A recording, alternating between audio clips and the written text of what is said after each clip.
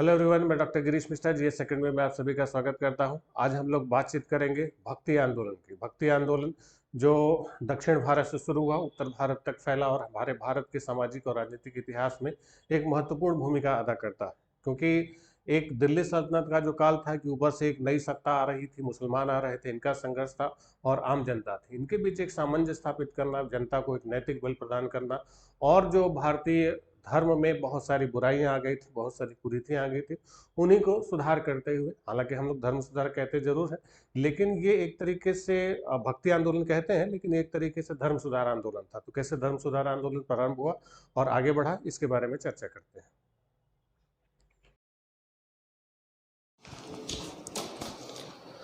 भक्ति आंदोलन आज का हमारा टॉपिक है और भक्ति आंदोलन को यहाँ पर हम लोग सूफ़ी के साथ ही देखते हैं और ज़्यादातर किताबों में आपको भक्ति और सूफ़ी एक साथ लिखा हुआ मिलेगा। तो भक्ति और सूफ़ी एक साथ लिखा जरूर रहता है, लेकिन ये दोनों चीज़ें एक साथ की हैं नहीं एग्जैक्टली। सूफीज़म जो कॉन्सेप्ट था वो बिल्कुल नया कॉन्सेप्ट था कि इस्लाम के साथ नया नया वो चला आ रहा था। भक्ति का जो कॉन्सेप्ट था, ये भक्ति का कॉन्सेप्ट भारत के लिए नया कोई कॉन्सेप्ट नहीं था।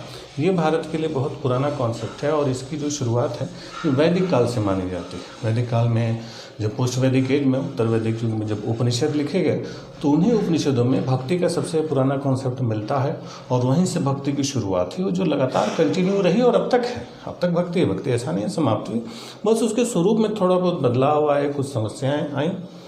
तो वही जब भक्ति आंदोलन जब से शुरुआत से ही चल रहा था, उसमें समय के साथ साथ बहुत सारी समस्याएं आई, कर्मकांड आए, पूजा पाठ आए, मूर्तियाँ आई और भक्ति जो था, जो यानी ईश्वर जो थे, वो आम जनता से थोड़े दूर होते चले गए। तो ये एक तरीके जो हमारे धर्म में बहुत सारी कुरीतियाँ, बहुत सारी समस्याएं आई, उन्हीं समस्याओं को ठीक करने का प्रयास था, उन्हीं समस्याओं को सुधारने का प्रयास था। सुधारने का प्रयास का मतलब है कि जैसे लोहा होता है, लोहे में जंग लग जाती है। अब लोहे में जंग लग जाती है तो लोहा खराब होने लगता है, तो उस जंग को क्या किया जाता है? साफ़ किया जाता है। लोहा वही रहता है, बस उसको थोड़ा सा ऊपर से साफ़ कर देते हैं। अगर वो जंग साफ़ नहीं की तो लोहे की शक्ल ख़राब हो जाती है, लोहा इस्तेमाल में आने लायक नहीं रहता और ज़्यादा समय तक जंग लगी रही तो लोहा ख़राब हो जाता है। तो वही हमारे धर्म के साथ था कि जैसे जैसे धर्म का विकास हुआ तो विकास के साथ साथ बहुत सारी समस्याएं, बहुत सारी कुरीतियाँ भी शुरू हुई और समय समय पर एक तरीके से धर्म सुधार के आंदोलन चलते रहे, जिसने इन कुरीतियों को ठीक करने का प्रयास किया, उनको साफ करने, उस गंदगी को साफ करने का प्रयास किया। तो ये जो भक्ति आंदोलन जो इस काल का हम लोग देखते हैं, ये एक तरीके से वही सुधार या उसी साफ सफाई का प्रयास था।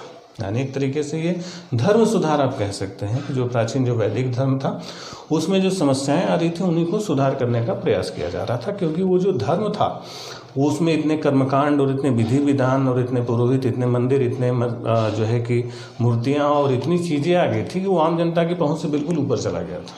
तो जब ऊपर चला गया था, आम जनता वहाँ तक पहुँच ही नहीं पा रहा था। और जो वो दौर था उस समय का, उस समय जो भारत में राजपूतकालीन समाज था, तो उस समाज में बहुत सारी विकृतियाँ भारत में आ चुकी थी। भारत कई सारे छोटे छोटे राजनीतिक टुकड़ों में बटा हुआ था, युद्ध का बिल्कुल माहौल था, राजा आपस में लड़ा करते थे। उसी में मुस्लिम आक्रमणकारी भी आ गए। तो उन मुस्लिम आक्रमणकारियों के आने के कारण और समस्याएं कि उन्होंने भारतीय राजाओं को क्रमशः हराना शुरू किया। तो उससे ऊपर के स्तर पर एक फ्रस्ट्रेशन थी, लोगों के हार थी, लगातार हारते चले जा रहे थे और एक नया धर्म इस्लाम जो था वो तलवार के बल पर हावी होने की कोशिश कर रहा था। तो एक नया धर्म हमारे ऊपर हावी होने की कोशिश कर रहा है और पुराने धर्म में बहुत सारी समस्याएं आ चुकी हैं। उसी समय जो बौद्ध धर्म था, बौद्ध धर्म की महायान शाखा थी, वो भी अपने चरम पर पहुंच चुकी थी। उसमें बहुत सारी जो अट्रैक्शन वाली चीज़ें थी, उसमें भी मांस, मदिरा, मैथुन, ये सब वज्रयान जैसी शाखाएँ चल रही थी, तो वो भी अपने आप अपनी तरफ लोगों को अट्रैक्ट कर रहा था। तो एक तरफ बुद्धिज़्म अपने अच्छे स्तर पर चल रहा था, उधर मुस्लिम आक्रमण आ रहे थे, उसकी वजह से इस्लाम अपने तलवार के बल पर भारत को जीतने का प्रयास कर रहा था और धर्म का प्रभाव भारत पर जताने की कोशिश कर रहा था। और उस समय हमारा जो प्राचीन जो वैदिक धर्म था वो अनेक रूढ़िवादी समस्याओं से घिरा हुआ था। भारत जाति के बंधनों में बिल्कुल जकड़ा हुआ था, अमीर गरीब में भेदभाव बिल्कुल बढ़ा हुआ था, जो शूद्र थे और जो अशूद्र थे उनमें बहुत सारे विभेद किए जाते थे, अस्पृश्यों को बहुत सारे समाज में अधिकार नहीं दिए गए थे। एक तरीके समाज से उनको बाहरी माना जाता था, बहिष्कृत किया जा चुका था। महिलाओं पुरुषों में बहुत ज़्यादा भेदभाव होता था, महिलाओं को घरों में कैद किया जाने लगा था, महिलाएं जो है कि अब स्वतंत्रतापूर्वक नहीं घूम सकती थी। तो एक तरीके से सामाजिक जो समस्याएं थी बहुत ज़्यादा बढ़ चुकी थी।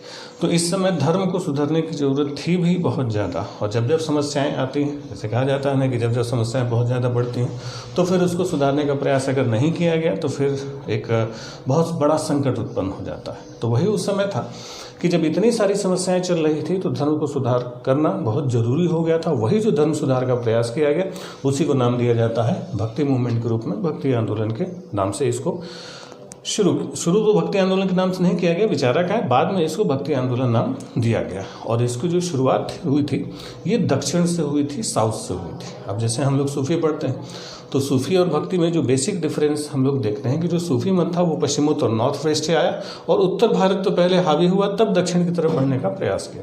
जबकि जो भक्ति मूवमेंट था हमारा, भक्ति की शुरुआत साउथ से हुई थी, दक्षिण, एकदम दक्षिण, केरल से शुरू हुआ और केरल से शुरू होकर उत्तर की तरफ बढ़ा। ठीक है, तो भक्ति और सूफी मूल अंतर यही है, सूफी उत्तर से आ रहा था और भक्ति दक्षिण से शुरू हो रही थी। और इसकी जो शुरुआत की थी केरल में, एक कलाड़ी गांव है, केरल के कलाड़ी गांव में शंकराचार्य का जन्म हुआ था। उनको जगत गुरु शंकराचार्य भी कहा जाता है। तो शंकराचार्य जी नहीं, जिनका 788 में केरल के कलाड़ी गांव में जन्म हुआ था, और उन्होंने इस भक्ति आंदोलन की शुरुआत की और उन्होंने इन कुरीतियों पर बहुत ही कड़ा प्रहार किया और हाथ में वो दंड लिए, दंडी स्वामी कहलाते हैं उनके अनुयायी, हाथ में दंड लिया और दंड लेके पूरे देश में उन्होंने भ्रमण करना शुरू किया।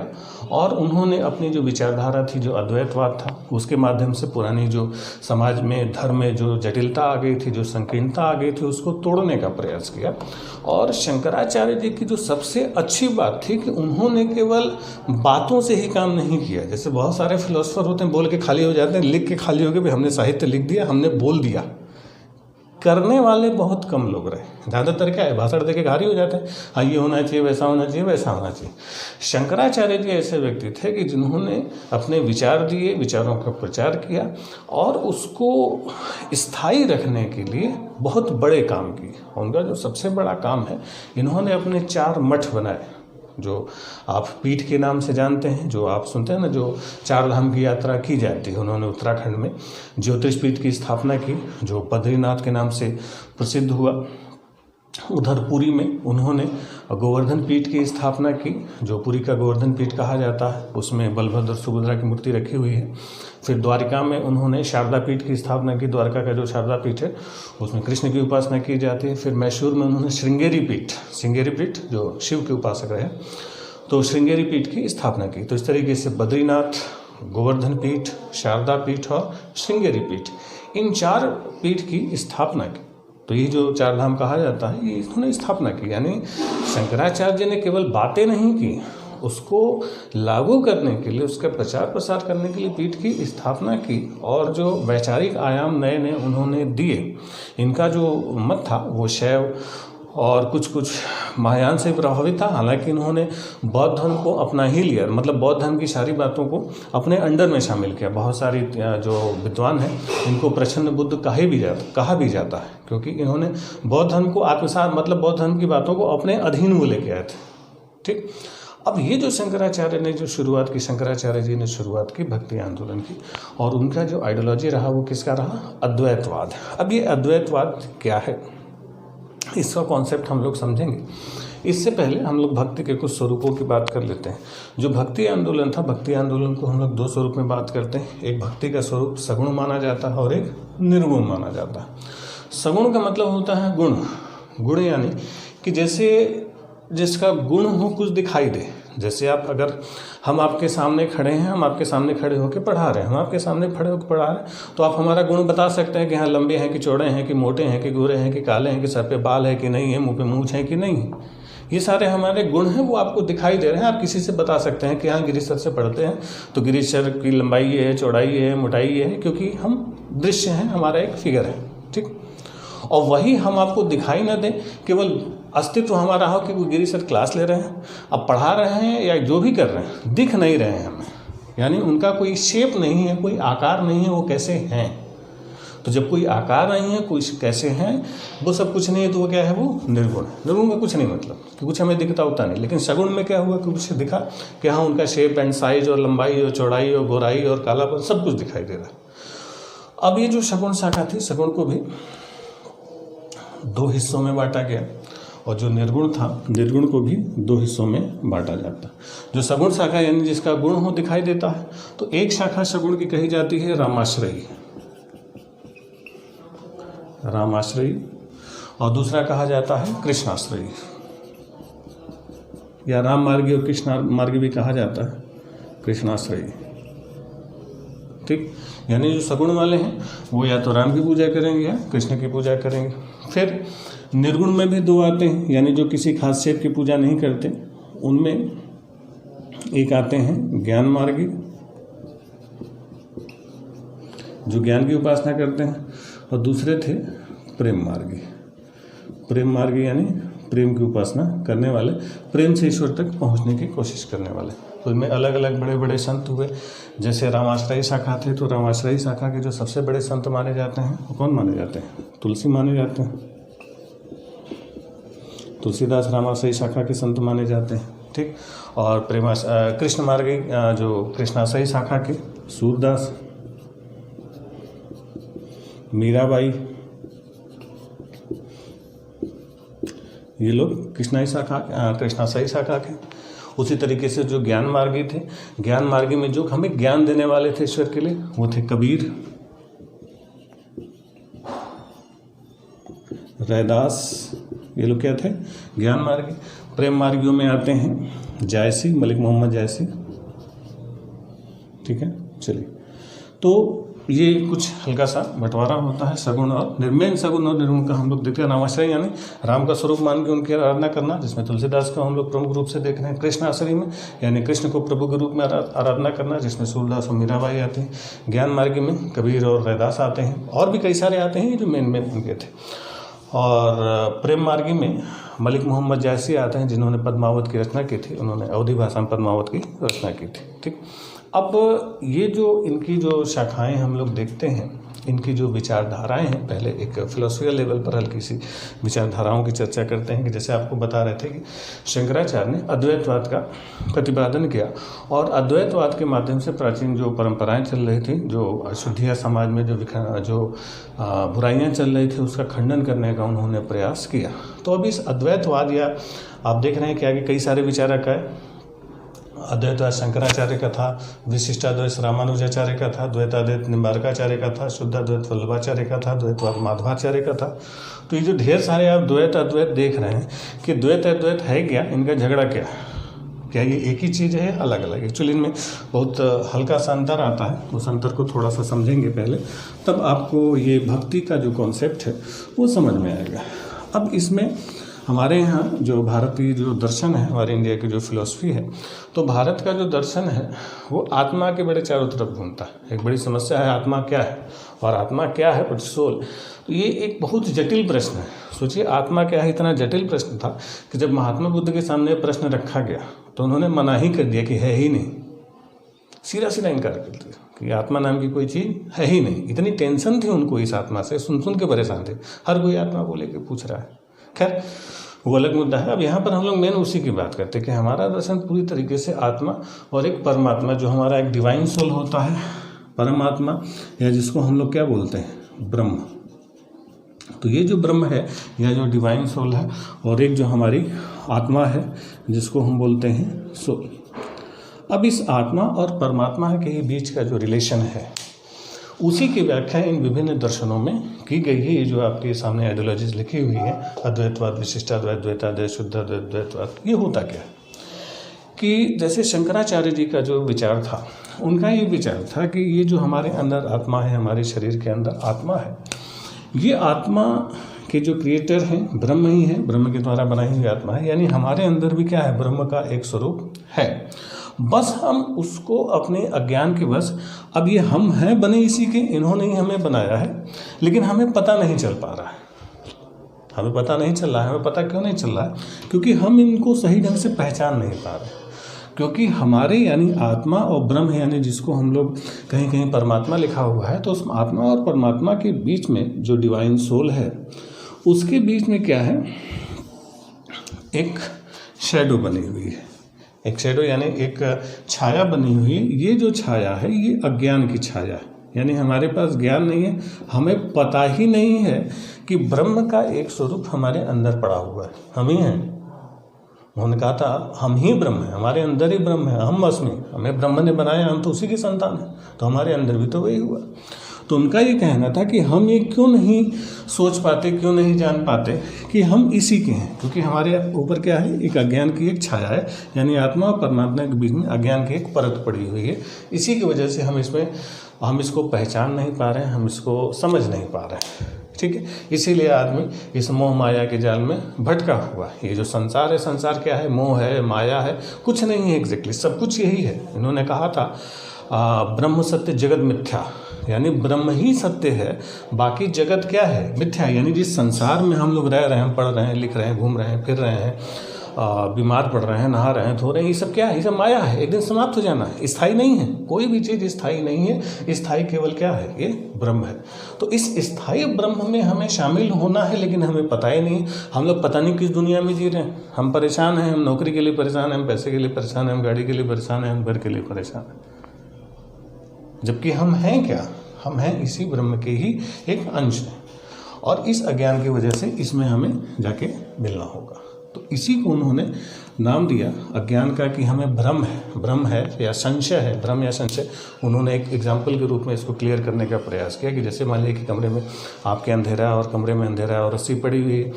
अब गलती से जाके आपने उस रस्सी को छूने की कोशिश की। जब आपने गलती से उस रस्सी को छूने की कोशिश की तो जैसे लगा कि वो रस्सी नहीं, सांप है। जैसे ही सांप को आपने समझा और तुरंत लगा कि कोई सांप है और भाग लिया वहाँ से आप। अब है वो एग्जैक्टली रस्सी, लेकिन अंधेरे की वजह से वो रस्सी नहीं, आपको लग रहा है कि वो सांप है। तो वही उन्होंने उदाहरण दिया कि ये जो अंधेरा है वही अज्ञान का अंधेरा है वो एग्जैक्टली रस्सी, लेकिन उस अंधेरे की वजह से आप उसको सही रूप नहीं पकड़ पा रहे हैं। ठीक, अगर वही आपके अंदर ज्ञान आ जाए तो आप उस रस्सी से डरने की बजाय आप थोड़ा संशय करेंगे। मोबाइल से टॉर्च जला के देख लीजिए कि भाई वो सांप नहीं, वो तो रस्सी है। लेकिन वो तो समझ में आता नहीं। टॉर्च जाके देखने में जैसे ही डर लगा, जैसे ही लगा भ्रम हुआ आपको कि वो सांप है, तुरंत सर पर पैर रखे भाग लिया। तो आप जो इस ब्रह्म से भाग रहे हैं वो इसी अज्ञान की वजह से है। तो ये जो अज्ञान का प्रकाश है इसी को हटाना होगा। और जब आदमी को ये ज्ञान होने लगेगा, जब आदमी डाउट करेगा कि नहीं हमें देखना है कि वो सांप है या रस्सी है, या मोबाइल का टॉर्च जला के या लाइट जला के आप देखेंगे, तो जब लाइट जलाएंगे तब आपको पता चलेगा नहीं वो तो रस्सी है। तब उसके सही स्वरूप का आपको ज्ञान होगा, तब उससे आप जाके मिल पाएंगे। तो वही उन्होंने कहा कि ये प्रकाश जलाना है हमें। ये प्रकाश कहाँ जलेगा? ये हमारे अंदर जलेगा, न कि कहीं बाहर जलेगा। तो उन्होंने वही अहम प्रश्न किया। वो तड़पना शुरू करेगा, नहीं अगर हम इसके अंश हैं तो हमें इसमें मिलना पड़ेगा। जब इसमें हम मिल जाएंगे तो ये सारी जो मोह माया जगत की है ये सब समाप्त हो जाएगी और इंसान परम सुख को प्राप्त करेगा, मोक्ष की प्राप्ति होगी। ठीक, खैर ये कुछ ज़्यादा दार्शनिक व्याख्या है। ज़्यादा दर्शन में नहीं आने का मतलब कि इन्होंने कहा कि ये जो आत्मा और परमात्मा है, आत्मा और ब्रह्म है, ये दोनों अलग अलग नहीं है, दोनों क्या है, एक। इसी को क्या कहा गया, अद्वैतवाद। और ब्रह्म का कोई स्वरूप नहीं होता, ब्रह्म का कोई स्वरूप नहीं होता, इसीलिए इसको क्या कहा गया, निर्गुण कहा गया। तो ये जो निर्गुण थे, तो निर्गुण जो संत हुआ करते थे वो अद्वैतवादी होते थे, क्योंकि वो किसी गुण को नहीं, ब्रह्म है।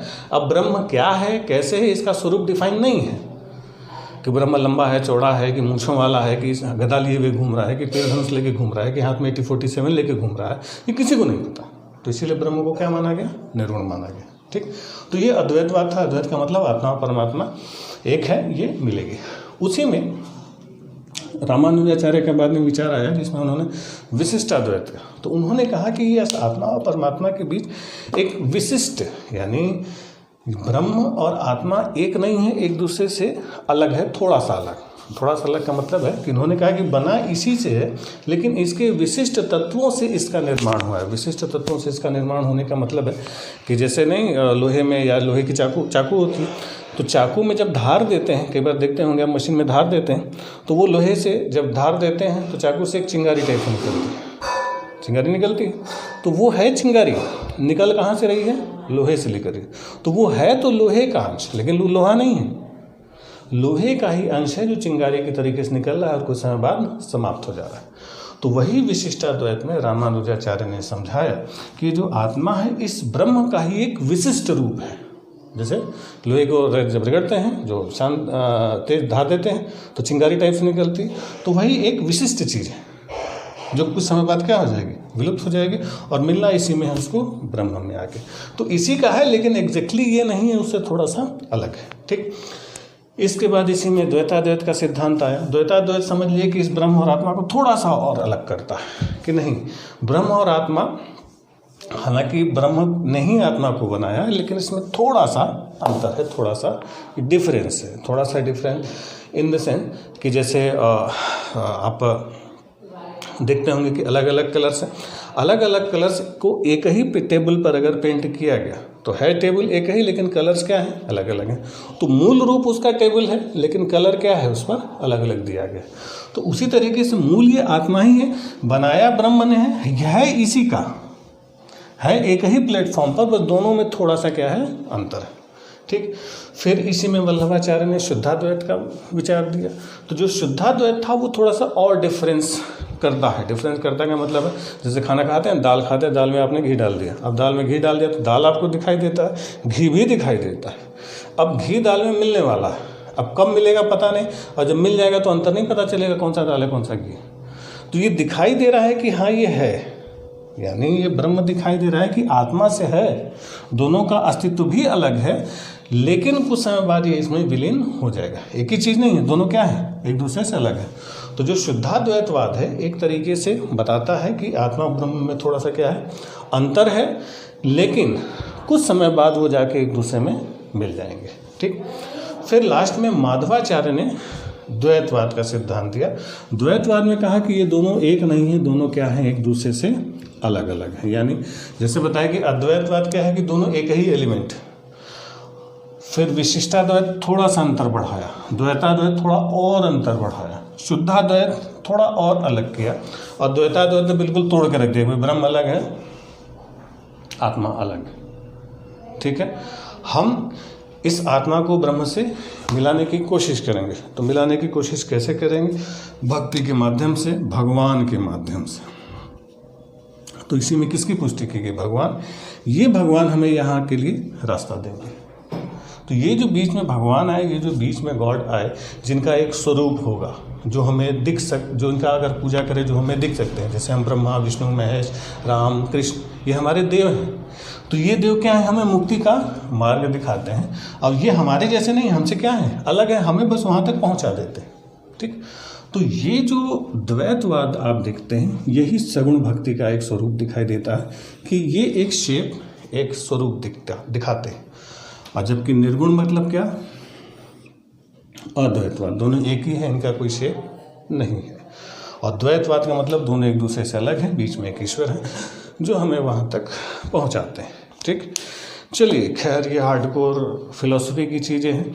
इसमें अगर ज़्यादातर चीज़ें आपको समझ में आ गई, ठीक, नहीं समझ में आई तो बस ये विचार किसने दिए, किसके किसके विचार थे, बस इतना ध्यान दे लीजिए, आपका काम चल जाएगा एग्ज़ाम के पॉइंट ऑफ व्यू से। ठीक है, तो अब तक जो समझाया वो हार्डकोर फिलॉसफी है। एग्ज़ाम में आपके फिलॉसफी नहीं आएगी, दर्शन नहीं आएगा, बस आपके दिमाग में एक कॉन्सेप्ट बना रहे। अद्वैतवाद, ये दोनों एक हैं। विशिष्टाद्वैत थोड़ा सा अलग हुए, द्वैताद्वैत थोड़ा और अलग हुए, शुद्धाद्वैत अलग हुए, विशिष्टाद्वैत अलग अलग एलिमेंट के बने हुए, बीच में भगवान आ जाते। अद्वैतवाद जो था वो निर्गुण था, कोई शेप नहीं है। और द्वैतवाद तक आते आते ये क्या हो गया? सगुण हो गया। और किसके कॉन्सेप्ट आ जाते हैं? भगवान आ जाते हैं। और भगवान भी समय समय पर जब देखते हैं कि धरती पर बुराइयां होने लगती हैं तो फिर से अवतार लेते हैं। जैसे राम का अवतार हुआ, कृष्ण का अवतार हुआ, बुद्ध को भी अवतार के रूप में शामिल कर दिया गया। आगे कल की एक अवतार होगा जो आने वाला है शायद, अगर हुआ कुछ ऐसी समस्या पड़ी। ठीक, तो ये जो कॉन्सेप्ट था ये हमारे इसी भक्ति आंदोलन की मूल फिलॉसफी थी। चलिए, अब ये तो बहुत दर्शन की बातें हो गई, अब कुछ फैक्ट्स की बात कर ली जाए। अब इसी भक्ति के कुछ अलग अलग संत हुए, कुछ संतों के बारे में, जिसमें कुछ राम मार्गी शाखा, कुछ वैष्णव मार्गी शाखा, कुछ सगुण, कुछ निर्गुण। सगुण निर्गुण तो समझ में आ गया होगा। अब इसी में कुछ प्रमुख संतों की बात हम लोग कर लेते हैं। जैसे इसमें एक प्रमुख संत हुआ करते थे रामानुजाचार्य। रामानुजाचार्य जो थे वो 1017 से 1137 तक थे। ये विष्णु के अवतार कहे जाते थे। ये साउथ से दक्षिण में कहा जाता है कि भक्ति आंदोलन की जो शुरुआत थी वो रामानुजाचार्य ने की थी। और रामानुजाचार्य भी कैसे थे? शगुन भक्त, यानी अगर विष्णु की उपासक है, यानी किसी व्यक्ति की उपासना, अरे किसी देव की उपासना कर रहे हैं, मतलब वो क्या होंगे? सगुण होंगे। और इनकी जो थी आइडियोलॉजी क्या थी? विशिष्टाद्वैत की इनकी आइडियोलॉजी थी। इन्हीं के रामानुजाचार्य जो थे, इन्हीं के चेले थे रामानंद। ये जो रामानंद थे, रामानंद जी का जो जन्म था ये प्रयाग में हुआ था। प्रयाग, जिसको पहले इलाहाबाद कहते थे, अब प्रयाग कहते हैं। फिर प्रयाग से फिर बाद में काशी आ गए। काशी में आके इन्होंने काशीवास किया और राम की उपासना की, और राम के बहुत बड़े ये भक्त थे। ये जो रामानंद थे, इनकी जो शिष्य मंडली थी, इनके शिष्यों की मंडली सबसे पॉपुलर थी। जितने पॉपुलर शिष्य इनके हुए उतने पॉपुलर शिष्य किसी के नहीं हुए। इनके शिष्यों में कबीर थे, इनके शिष्यों में रैदास थे, इनके शिष्यों में धन्ना से सेना थे, पीपा थे। अलग अलग जातियों के, सभी जातियों के उन्होंने अपने शिष्यों में स्थान दिया था। ठीक। इनके जो रविदास थे, रविदास इन्हीं के चेले थे। तो रविदास माना जाता था चर्मकार थे, जो चमड़े का काम करते थे, जूता चप्पल सिलते थे। कबीर थे, कबीर जुलाहे थे। सेना थे, सेना नाई था। धन्ना था, धन्ना जो था, सधन था, वो कसाई था। पीपा था, पीपा जाट था, राजपूतों में जाट था वो। तो अलग अलग इनके जो है कि शिष्य थे, अलग अलग जातियों के थे। तो सामाजिक ऊंच नीच की भावना को भी इन्होंने समाप्त किया। जिसमें इनके जो शिष्य थे रविदास, रैदास जिनको कहा जाता है, तो उनके जो विचार थे, मन चंगा तो कठौती में गंगा। रविदास जो थे वो वाराणसी के ही थे। पेचू के पास एक सीर जगह है, सीर गोवर्धनपुर, वहीं पर उनका जन्म हुआ था। ठीक है। कबीर जो थे, कबीर की आइडियोलॉजी सबसे रेडिकल, सबसे क्रांतिकारी आइडियोलॉजी मानी जाती है, क्योंकि उन्होंने सभी पुरानी मान्यताओं को बिल्कुल खंडन करके रख दिया। कबीर ने कहा कि कोई मूर्ति पूजा नहीं, कोई तीर्थव्रत नहीं, कोई गंगा स्नान नहीं, नमाज अजान सबको उन्होंने मना किया। अस्पृश्यता की आलोचना की, ऊंच नीच का, भेदभाव का, सबका उन्होंने खंडन किया एक सुर से। ठीक। तो जो कबीर थे इनमें सबसे ज़्यादा रेडिकल माने जाते हैं, सबसे क्रांतिकारी माने जाते हैं। हालांकि क्रांति तो की उन्होंने, लेकिन उसको बदल नहीं पाए। बदलने का मतलब है कि जिस चीज़ का इन्होंने विरोध किया वही चीज़ इनके साथ हुई। कबीर ने मूर्ति पूजा और कर्मकांडों का विरोध किया। आज कबीर मठ में उन्हीं की मूर्ति लगी हुई है और उन्हीं की मूर्ति की पूजा कर दी जाती है। ठीक। खैर, लेकिन ये अपने विचारों में बहुत क्रांतिकारी रहे। हालांकि कबीर जो थे उस समय अफगानों के शासनकाल में हुआ करते थे। उस समय सिकंदर लोदी का शासन था। ठीक। चलिए, खैर, तो कबीर जो थे वो सभी धर्मों को एक समान रूप से देखते थे। हिंदू, मुसलमान, किसी को नहीं छोड़ते थे। इन्होंने अपने ईश्वर के रूप में राम को भी पूजा है, हरि को भी पूजा है, गोविंद को भी पूजा है, अल्लाह को भी कहा है, साईं को भी कहा, साहिब भी कहा। यानी इनके ईश्वर सब थे, साहिब, अल्लाह, मालिक, हरि, राम, गोविंद, यानी सब इन्हीं के। मतलब इन्होंने कोई भेदभाव नहीं किया अपने ईश्वर में। और जो बुराइयां थी उसका भी उन्होंने खुल के विरोध किया। उन्होंने जितना कठपुतलों का विरोध किया कि काकड़ पाथर जोड़ के मस्जिद दिया चिनाए, ताचड़ी मुल्ला बागड़े का बहरा हुआ खुदा, कि कंकड़ पत्थर जोड़ के आपने मस्जिद बना दी। उस पर आपका जो मौलवी जो है कि चढ़ के अजान दे रहा है, क्या खुदा बह रहा है, उसको सुनाई नहीं दे रहा है, आप धीरे बोलेंगे तो क्या खुदा सुन नहीं पाएंगे। ये कबीर थे। और ब्राह्मणों को भी उन्होंने धोया बढ़िया से कि पंडित अपनी कड़े भराई, गागर छुए न दई, वेश्या के पावन तर सोए। ये कैसी पंडित है? तो कोई भी धर्म हो, कोई भी जाति हो, जो बुराई थी उस पर वो कठोर प्रहार करते थे। जो अच्छी बातें थी उसको वो एडॉप्ट भी करते थे कि कोई ईश्वर की बात वो करते थे। ठीक। चलिए, इसी में जो रैदास थे, रैदास के ही शिष्य थी मीराबाई। मीराबाई रैदास की शिष्या मानी जाती हैं। तो मीराबाई जो थी वो कृष्ण की उपासिका थी। वो मेवाड़ के जो राणा सांगा थे, राणा संग्राम सिंह के जो बड़े बेटे थे, उन्हीं बड़े बेटे की वो भोजराज की वाइफ थी। ठीक है। बाद में फिर उन्होंने संन्यास लिया और कृष्ण की वो उपासिका बनी और भजन गाते हुए वो कृष्ण में लीन होना चाहती थी। उसी में दादू दयाल थे। दादू दयाल कबीर पंथी थे, कबीर के पंथ वो फॉलो करते थे। निर्गुण संत थे दादू दयाल। उसी में मलिक मोहम्मद जैसे आपको बताया, मलिक मोहम्मद जैसे भी निर्गुण थे। इन्हीं भक्ति संतों में गुरु नानक देव का आता है। गुरु नानक देव खत्री जाति के थे, तलवंडी में इनका जन्म हुआ था, अभी तो पाकिस्तान के से चला गया। नानक देव के बारे में आगे हम लोग सिख धर्म जब पढ़ेंगे, रणजीत महाराजा रणजीत सिंह और पंजाब, तो वहाँ पर नानक देव के बारे में और सिख धर्म के बारे में थोड़ा डिटेल में चर्चा करेंगे। ठीक, तो ये जो भक्ति आंदोलन था ये ऐसा नहीं था केवल उत्तर भारत में था, इसका प्रसार पूरा पश्चिम उत्तर दक्षिण हर जगह था। इसका प्रसार इधर असम तक था। असम में भक्ति के एक संत थे शंकर देव। बंगाल और उड़ीसा में चैतन्य प्रभु थे। चैतन्य प्रभु जो थे वो नदिया के रहने वाले थे और कृष्ण के बहुत बड़े संत भक्त थे। और चैतन्य महाप्रभु कीर्तन वो हाथ में एक तरह वो गाते बजाते और नाच करते हुए वो घूमते रहते थे। और उन्होंने गोसाई संघ की स्थापना की थी चैतन्य महाप्रभु ने, और उनका जो विचारधारा मानी जाती वो अचिंत्य भेदाभेद, तो अचिंत्य भेदाभेद की जो विचारधारा थी वो चैतन्य महाप्रभु की मानी जाती है। ठीक, इसके अलावा निम्बार्काचार्य थे। निम्बार्काचार्य को कृष्ण जी का अवतार भी माना गया और वे सगुण भक्ति के संत हुआ करते थे जिन्होंने द्वैताद्वैत का सिद्धांत दिया था। ठीक, चलिए, और गुजरात में भी थे। गुजरात में भक्ति के ही संत थे नरसिंह मेहता। नरसिंह मेहता जो गुजरात में भक्ति संत थे, नरसिंह मेहता ने एक बड़ा प्रसिद्ध भजन लिखा था जो बाद में गांधी जी का फेवरेट बना। अक्सर गांधी जयंती पर एक भजन आप सुनते होंगे, वैष्णव जनते तेने कहिए। तो जो वैष्णव जनते तेने कहिए पीर पर आई जाने रे, ये गुजरात के भक्ति संत नरसिंह मेहता ने लिखा था। तो उसी को गांधी जी बार बार गाते थे और आज भी बजाया जाता है गांधी जी की याद में। ठीक, चलिए, इसके अलावा महाराष्ट्र था। महाराष्ट्र में जो भक्ति था, तो महाराष्ट्र भक्ति का जो स्वरूप था वो थोड़ा सा अलग था। महाराष्ट्र भक्ति में क्या था कि वहाँ पर कृष्ण के बाल रूप की पूजा करते थे, बचपन का रूप। कृष्ण का जो बाल रूप था विठोबा उसको कहा जाता था। तो कृष्ण के बाल रूप विठोबा की ये पूजा करते थे। और इनका जो सेंटर था, केंद्र था, वो था महाराष्ट्र का पंढरपुर। ठीक है, यानी महाराष्ट्र जो धर्म था ये किसकी पूजा करता था? विठोबा की। विठोबा कौन थे? कृष्ण के बाल रूप, कृष्ण जी के बचपन के रूप को विठोबा कहा जाता था। विठोबा की पूजा होती है। उनका केंद्र कहाँ पर है? पंढरपुर में है। और इनके जो सबसे बड़े जो संत थे, संत ज्ञानेश्वर थे। संत ज्ञानेश्वर माना जाता है कि भगवत गीता का उन्होंने मराठी ट्रांसलेशन लिखा था, मराठी अनुवाद लिखा था। ठीक, चलिए, इसके अलावा महाराष्ट्र धर्म में 4 जो इनके बड़े बड़े संत हुए थे, एक का क्रम से आपको नाम बता देते हैं। नामदेव, एकनाथ,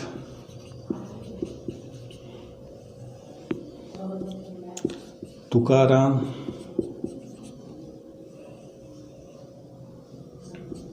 ठीक है। तो ये जो तीनों थे, नामदेव, एकनाथ, तुकाराम, एक क्रम से, समय काल के हिसाब से क्रम से आपको लिखवाया है कि सबसे पहले कौन थे? नामदेव, उसके बाद फिर एकनाथ थे, फिर उसके बाद तुकाराम थे। और आते आते जब छत्रपति शिवाजी का समय आता है तो उस समय थे रामदास, समर्थ गुरु रामदास, इनका पूरा नाम था रामदास। ये जो रामदास थे, समर्थ गुरु रामदास इनको कहा जाता है, ये शिवाजी के आध्यात्मिक गुरु थे। शिवाजी के स्पिरिचुअल गुरु यही थे रामदास। ये किसके गुरु थे? शिवाजी के। ठीक, तो ये लोग महाराष्ट्र धर्म से जुड़े हुए थे। एग्जाम में इनका क्रम पूछा जाता है, ध्यान रखेंगे। और इसके पहले कौन थे? ज्ञानदेव। ठीक, ज्ञानदेव सबसे पहले बताया, फिर नामदेव, एकनाथ, तुकाराम और रामदास। इसमें भी जो महाराष्ट्र भक्ति था, महाराष्ट्र भक्ति के 2 हिस्से थे, एक धरकरी और एक वरकरी। तो जो शुरुआत के 3 थे ये लोग थे वरकरी, यानी महाराष्ट्र भक्ति का कौन सा संप्रदाय था? वरकरी संप्रदाय। ठीक है, और जो समर्थ गुरु रामदास थे ये धरकरी थे।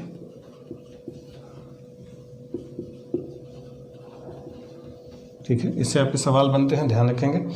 पहली बात तो क्रम, नामदेव, एकनाथ, तुकाराम और ज्ञानदास। और इसके पहले अगर देखा जाए तो गुरु ज्ञानदेव। ठीक, ये पूरा सीक्वेंस है इन लोगों का, जिसमें शुरुआती संत जो थे ये लोग वरकरी संप्रदाय के थे और लास्ट वाले धरकरी। रामदास ही धरकरी थे और यही माना जाता है कि शिवाजी के आध्यात्मिक गुरु यही थे। ठीक, इनमें से भी जो तुकाराम थे, तुकाराम जी भी ये शिवाजी के ही समकालीन थे, लेकिन इन्होंने शिवाजी को कोई भाव नहीं दिया था। शिवाजी ने इनको गिफ्ट वगैरह दिया, अपने उपहार भेंट वगैरह दिए, लेकिन शिवाजी द्वारा भेजी गई उपहार भेंट को तुकाराम जी ने वापस कर दिया था। बड़े नामी संत थे और स्वाभिमानी थे। इन्होंने शिवाजी के कोई भी भेंट को स्वीकार ही नहीं किया, वापस भिजवा दी के लिए, जब भैया हम इसको नहीं स्वीकार कर सकते। ठीक, चलिए, तो बताया कि महाराष्ट्र में विठोबा की पूजा की जाती थी और महाराष्ट्र के भक्ति संत थे। इसके अलावा दक्षिण में भी भक्ति आंदोलन रहा। दक्षिण में जो भक्ति आंदोलन था उसमें ज़्यादा सेक्ट नहीं थे, जो साउथ इंडिया हमारा था। तो जो दक्षिण में थे वो भक्ति के दो स्वरूप हम लोग देखते हैं साउथ में। साउथ में जो भक्ति का स्वरूप हम लोग देखते हैं, एक स्वरूप था अलवारों का और दूसरे थे नैनार। तो जो अलवार होते थे, अलवार भक्ति संत जो होते थे, ये वैष्णवों को कहा जाता था। यानी साउथ के जो वैष्णव संत होते थे उनको क्या कहा जाता था? अलवार। और साउथ के जो शैव भक्ति संत होते थे उनको क्या कहा जाता था? नैनार। शिव जी के नयन थे ना, तीसरा नेत्र खुलता था तो नैनार शैव थे। और ये जो नैनार लोग थे, ये इनमें इनके जो भक्ति संतों की संख्या थी ये बहुत ज़्यादा थी। इनके माना जाता है कि 63 संत थे नैनार में। 63 बड़े बड़े संत थे, जिसमें सुंदर मूर्ति थे, मणिक वाचगर थे, तिरुज्ञान संबंदर थे। सुंदर मूर्ति ये नैनार थे, मणिक वाचकर थे और ये तिरुज्ञान संबंदर थे। और इधर अलवारों में भी कई सारे संत थे, लेकिन जो सबसे प्रमुख रहे मधुर कवि, राजशेखर, और इनमें एक महिला संत थी अंडाल। अंडाल जो थी ये क्या थी? महिला थी। ध्यान रखेंगे, पूछा जाता है कि दक्षिण संतों में कौन महिला संत थी। तो महिला संत कौन थी? अंडाल। और अंडाल कैसे संत थे? अलवार यानी वैष्णव धर्म को ये फॉलो करती थी। और इन्हीं अंडाल को दक्षिण की मीराबाई कहा जाता है, मीरा ऑफ साउथ। तो दक्षिण की मीरा किसको बोलते हैं? अंडाल को बोलते हैं, जो कैसे संत थी? अलवार संत थे। ठीक, चलिए, तो ये तो हमारा भक्ति आंदोलन था। इसके शुरुआती कुछ आपको फिलोसफी बताई, कुछ दर्शन बताए और इनके प्रमुख भक्ति संतों के नाम आपको बताए। अब इस भक्ति और सूफी आंदोलन के बाद अगला जो हम लोग का टॉपिक शुरू होता है वो मुगलों का शुरू होता है। तो मुगलों के साथ मिलते हैं हम लोग अगले वीडियो में। तब तक के लिए थैंक यू।